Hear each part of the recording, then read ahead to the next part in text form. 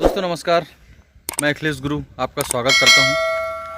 दोस्तों हम इस समय मध्य प्रदेश के एकमात्र हिल स्टेशन पचमढ़ी में हैं। सतपुड़ा की रानी पचमढ़ी, यहां के कुछ दर्शनीय स्थलों तक आज हम पहुंचेंगे और साथ में मिलकर उन दर्शनीय स्थलों के खूबसूरत नज़ारों को देखेंगे। कल रात को हम लोग पचमढ़ी पहुंच गए थे और ये जो वन विश्राम गृह दिखाई दे रहा है, इस वन विश्राम गृह में हमने रात बिताई और सुबह सुबह सनराइज़ हमने देखा। अब सनराइज़ के बाद हम यहाँ से कहाँ कहाँ जा रहे हैं वो हम आपको आगे आगे अपडेट करते रहेंगे। अभी हम चल रहे हैं बाइसन लॉज, जो कि STR पचमढ़ी का ऑफिस है। वहीं से सारी रसीदें कटती है। जहाँ जहाँ हमें जाना होता है, जिस पर्यटन स्थल पर जाते हैं वहाँ की रसीद वहीं से कटेगी। तो अब हम चलते हैं बाइसन लॉज, और बाइसन लॉज में भी कुछ ऐसी चीज़ें हैं जो मैं अभी आपको बता नहीं रहा हूँ, वहीं चल के दिखाऊँगा।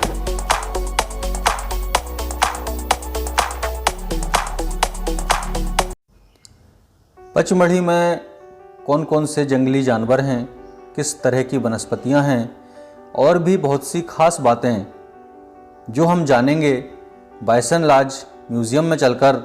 और साथ ही मैं आपको बताऊंगा पचमढ़ी के इतिहास के बारे में, प्रमुख दर्शनीय स्थलों के बारे में आपको बताऊंगा।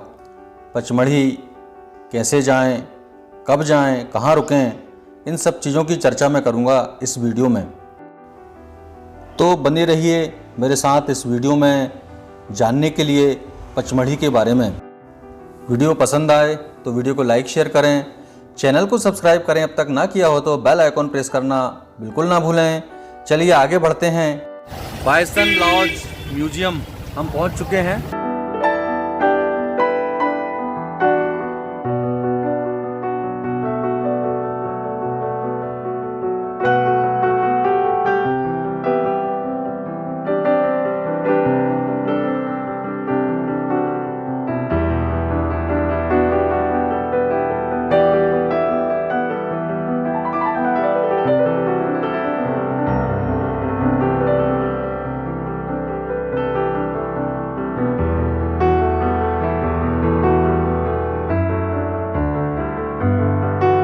ये बाइसन लॉज का टिकट काउंटर है।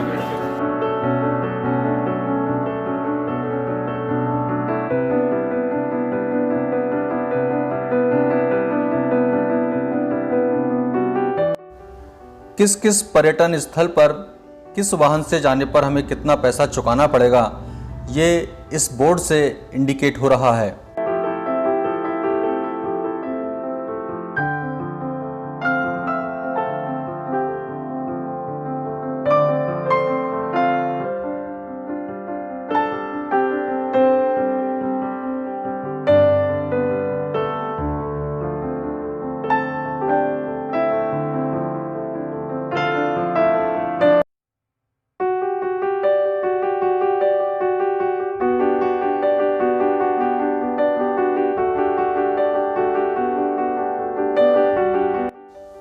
हम बाइसन लॉज म्यूज़ियम में प्रवेश कर रहे हैं और मैं आपको बताने जा रहा हूं पचमढ़ी के इतिहास के बारे में।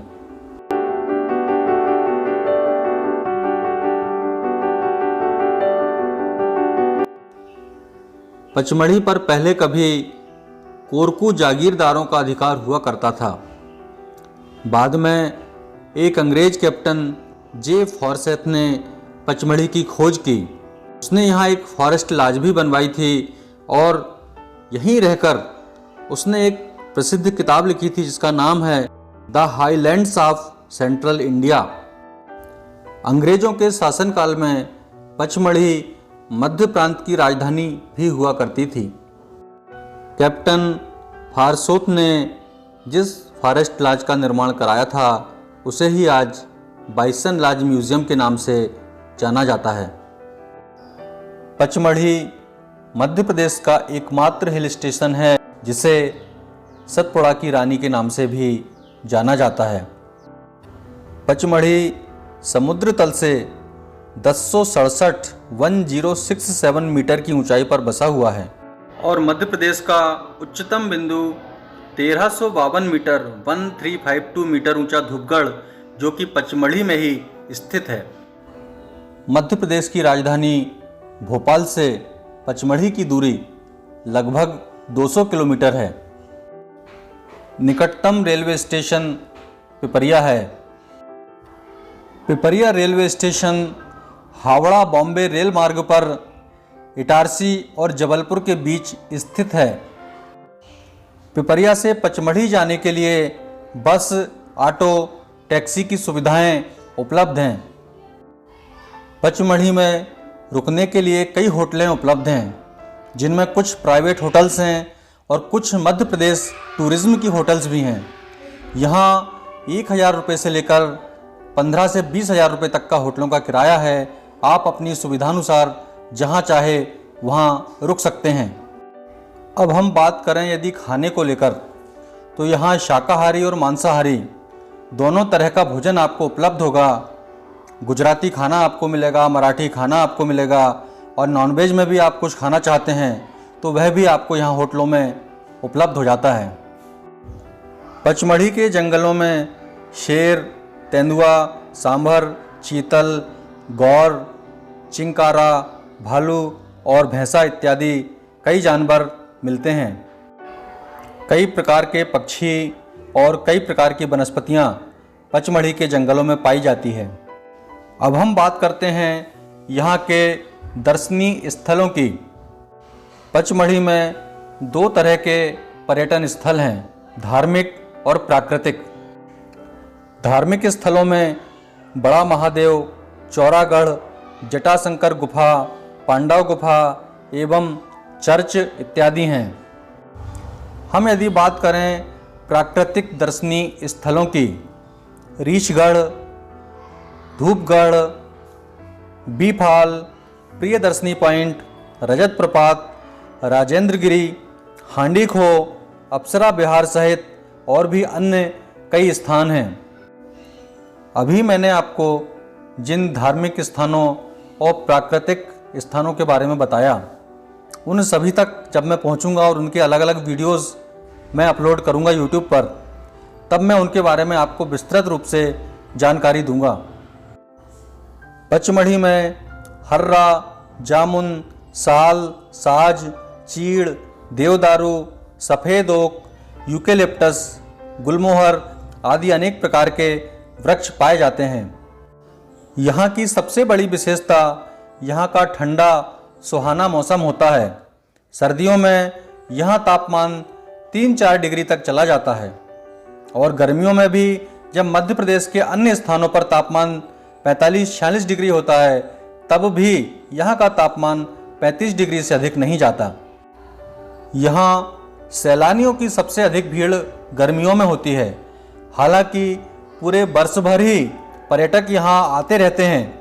मेरा व्यक्तिगत रूप से मानना यह है कि यहाँ आने का सबसे अच्छा मौसम सर्दी और बरसात का है। गर्मी में तो खैर है ही अच्छा मौसम, किंतु सर्दी और बरसात में जो आनंद यहाँ आता है, उस आनंद की बात ही कुछ और है।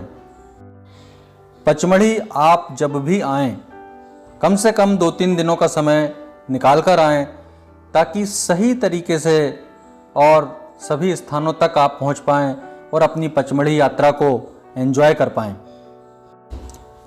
यहाँ कई झरने हैं, कलकल करते झरने, तालाब हैं, घने जंगल हैं। पचमढ़ी सतपुड़ा टाइगर रिजर्व अभयारण्य के अंतर्गत आता है।